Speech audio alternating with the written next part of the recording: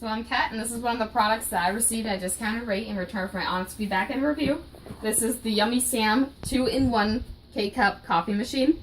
And as you see the image here, you can see it comes with the coffee mug. It comes with the adjustable cup for whether you want to use regular coffee or for a K-Cup.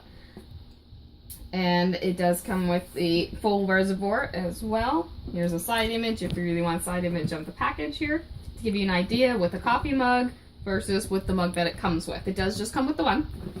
And let's see, so the actual coffee maker is right here. Here's the full size of it, and as you can tell here, here's the reservoir that you can see on the side. Here's the maximum amount of ounces, which is 40, like I said. And then you could, I always like to keep mine full just because typically before using anything, but it just opens up on the top. And you can have a peek in if you'd like to see what it looks like on the inside.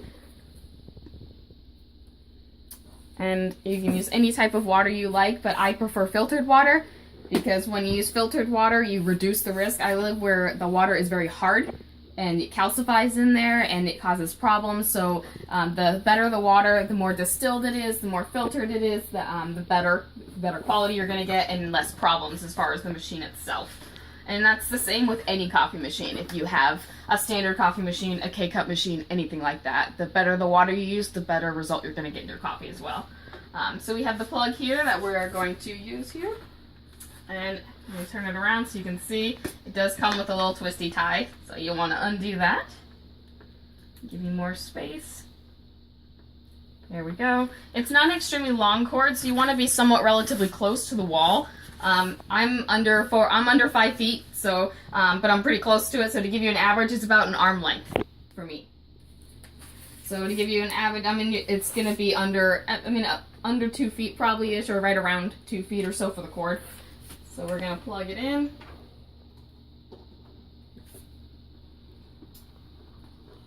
So let's go over all the different pieces that you have on here while that's working. And this flap here is your lock button for this tray. Once this is open, the tray can come out, and as you can see, this is the insert you're getting if you're using regular coffee. There's just a little top piece that just sits right in. There's nothing that's really holding it down. Here's your actual holder. This is what sits in there. That's just the cup. This is for actual coffee, any type of ground coffee you want to use. Every time you're done, you want to dump this out immediately, and you want to actually rinse this out in the sink. Once you're done rinsing it, you really want to just scrub around the filter. The cleaner you keep the filter, the better you're going to have for your coffee. And you can use any type of coffee you want. Ground coffee is there's really the only requirement that it has to be. You can't put any coffee beans in there because there's no coffee grinder in here. When you're not using coffee, then you would just take this insert out, and here's your K-Cup insert. Notice this is your K-Cup insert because there is a spike on the inside. Just like you would for a Keurig, the spike is on the inside because it has to pierce the cup. If you didn't have that, it's not going to pierce the cup, or if it's bent, it's not going to work. Notice the spot little bubble right here to sit right over this bubble. It inserts right in. Once it's in, you can see that's clicked in, so that way it's not going to move anywhere. It's a simple slide feature. Very simple. It'll lock right in, and you're good to go.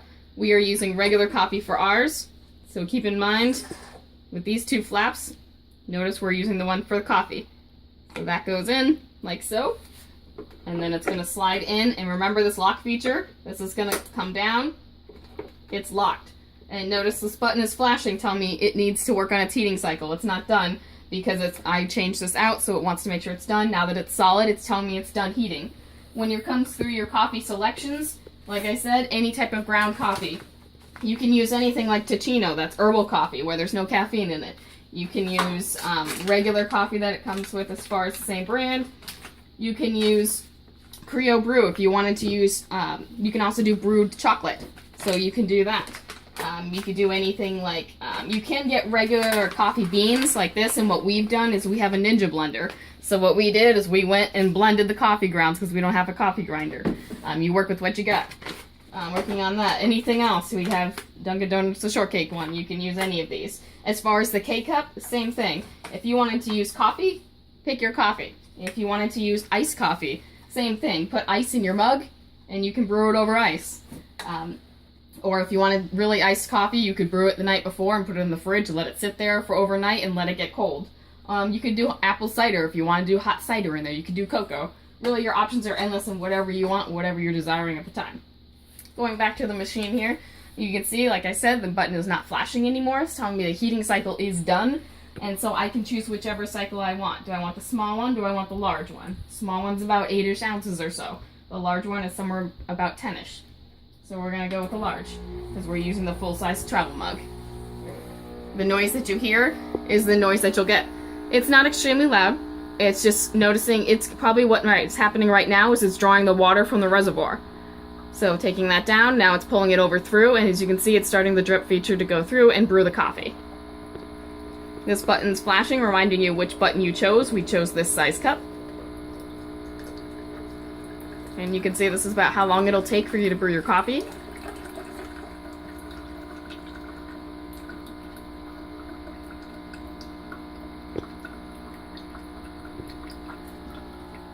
As you can see, it did change from a drip feature. It's more of a stream now that's coming through, and it's going through a little bit quicker. And the amount of time it takes is not too long. It's just about the average size, and it's going to depend on what size coffee cup you're using. If you're using the small one, it's going to take half the time.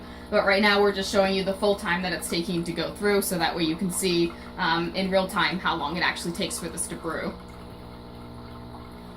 And this travel mug also comes with this lid here. It is one of the screw lids that does just kind of pop on and then screw to tighten right around. You see these rivets right in here, that's what it clicks on. And so it's not a strong clip. So when you're using this mug and you put this lid over the mug, you want to make sure it's on right, and always test it over the sink. You have hot coffee in there, you don't want to spill it anywhere. So once you screw it on, tip it over to make sure it's not coming out. The first time that I had mine on, I noticed it wasn't on tightly and it did spill out a little bit. It wasn't just that it fell out, it just dripped out a little bit. So I had to readjust the lid and put it back on, and then it worked just fine. So keep that in mind. You want to make sure the lid is on correctly and test it over the sink so that you do not drop it on yourself. The lid to be used, it's just a simple push down button. And that's it. So you see that the amount of pull that you get here, that's how much you're getting out of there, which I'd say is a really decent amount. I don't have any problems with it. It's probably about a good size to really flow out without burning your mouth or anything like that once it's done. And you can see here the coffee is about done. That last little fizz there is telling you can see the heat that's coming out possibly, and the condensation from the heat telling you it's just about done. It's just finishing up. It's going slower back down to a drip. And as it goes down, there we go. And like I said, this was for the full size here. So it just takes a few minutes here, maybe 3 to 5 minutes or so for a cup of coffee, which I would say it's probably about pretty standard in any type of machine that holds that amount. It's not anything that it's too slow, it's not anything that it's too loud. The volume of it is right in line with a lot of the others. You notice it got a little louder near the end because it was finishing up. It's finishing up what's in the reservoir, so if it needs to take more down, it's going to suction more down to fill in so it knows how much it needs to reheat and keep it functioning so that you can put in another cycle if you wanted to. I highly recommend when you're using machines like this, you want to do a full rinse feature before using and after using, because these type of machines you can switch out whatever type of coffee, tea, anything like that you want, and you want to keep it pure so that you're not contaminating any of the contents. If you have a cup of coffee, the person behind you wants a cup of tea, you don't want to mix the two. The flavor's not probably going to be too good and you're not going to be too happy with it. It's not the machine's fault, it's the operator's fault. You want to go through and just run it. The only difference is you want to make sure what's in here is just rinsed out, washed out, and cleaned. And then you'll just do it through the same thing. I would say either the small or the large, either one, you're just going to run it through with water. And it's just going to be hot water coming through. So it'll come through. If you really wanted to, you could probably fit it back right into the filter. But once again, it's going to be your messy water that's left over. So it's going to take everything that was left inside the machine pushing out in here. If you didn't rinse it out well enough, that's what's going to end up in there. So just dump it out. And you'll keep the machine working in better condition. If you can see this machine over in the side, we do have a Keurig over there. As you can see, the difference between a Keurig and the Yummy Sam. The Yummy Sam is just over half the size of the Keurig, and that's not the newest model of the Keurig, it's just the version we have. The problem we had with it is it started, after about 2 years, it started a grinding to it, and it had to be filtered out and fixed. We tried decalcifying it, we tried cleaning it. The problem is the flavor's off from cleaning it, and we rinsed it out several times, and we had this problem. So lesson learned from one, moving it over to the other. Rinse it out. Rinse it out a lot. And it's going to seem obsessive and a pain in the butt, but you're going to want to do it, and it's going to pay off in the end. Anything that can get stuck and gummed up in here, you want that clean, and you don't want that in your coffee, your tea, whatever you're drinking.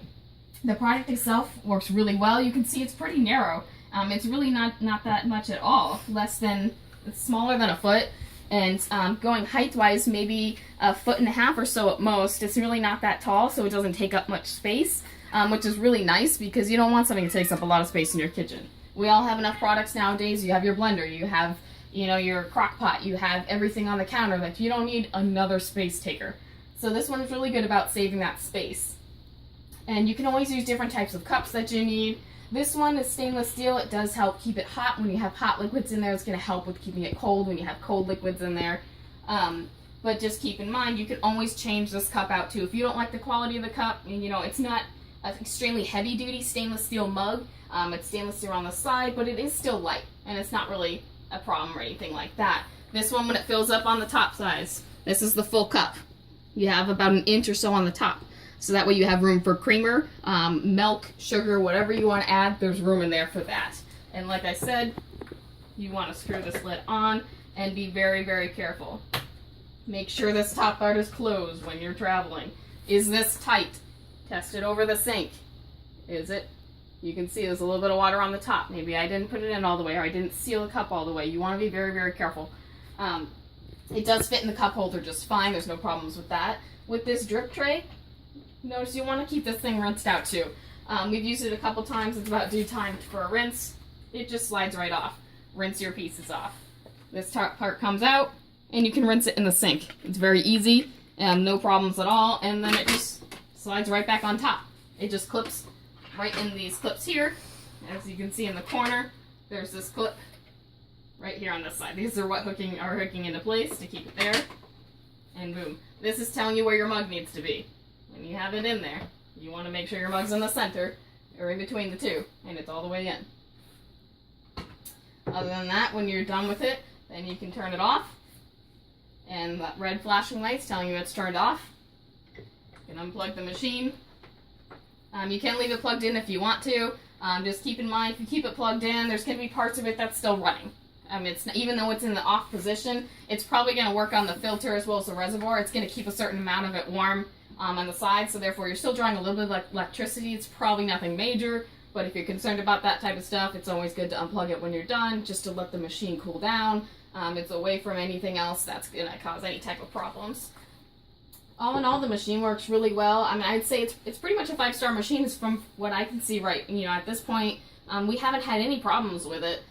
Between the K-cups, between the coffee, the reservoir works really well. You're most likely going to have to fill the reservoir after each use if you're using the large setting. So you want to keep that full.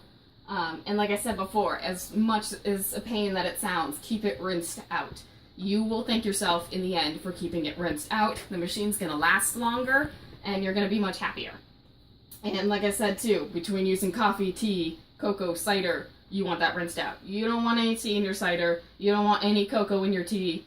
Or maybe you do. I don't know. Maybe you like chocolate tea. But either way, all in all, the machine works great, and there's no problems.